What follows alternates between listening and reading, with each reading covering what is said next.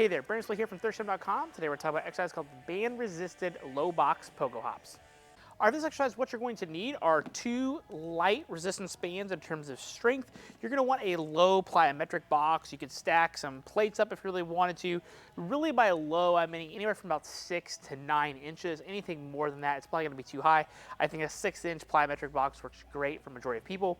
And then something you can attach your bands to. I'm demonstrating this today in my rig or in my rack so that you can do it like a squat rack. You could also attach it to deadlift band pegs. That would also work as well. So what we're gonna do is we're gonna take the bands, we're just going to choke them through themselves through the bottom of the rack. So I wanna make sure they're choked at the bottom. That way I have as much tension as I can get from this, and that way there's not gonna be any slack from the bands. Once they're there, I'm then gonna take the left band and bring it over my right shoulder, and then I'll just do the opposite with the other band. So that I'm gonna have an X fashion across my chest here. That's gonna give me the tension that I need.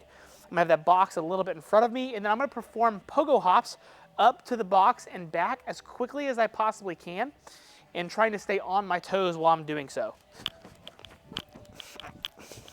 Just going back and forth, trying to stay on the edge of the box, and immediately coming right back down to the ground.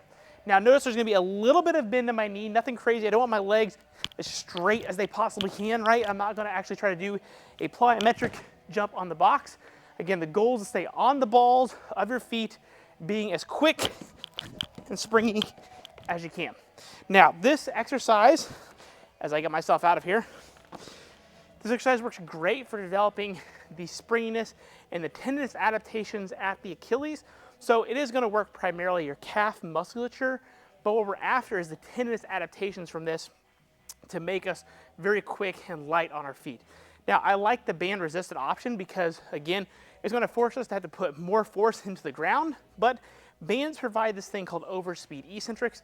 They're constantly pulling, so every time I'm hitting the ground, I'm getting more forces put through my foot, ankle, and calf complex, which is gonna give me those better tendinous adaptations. It's then gonna make me more athletic and more springy.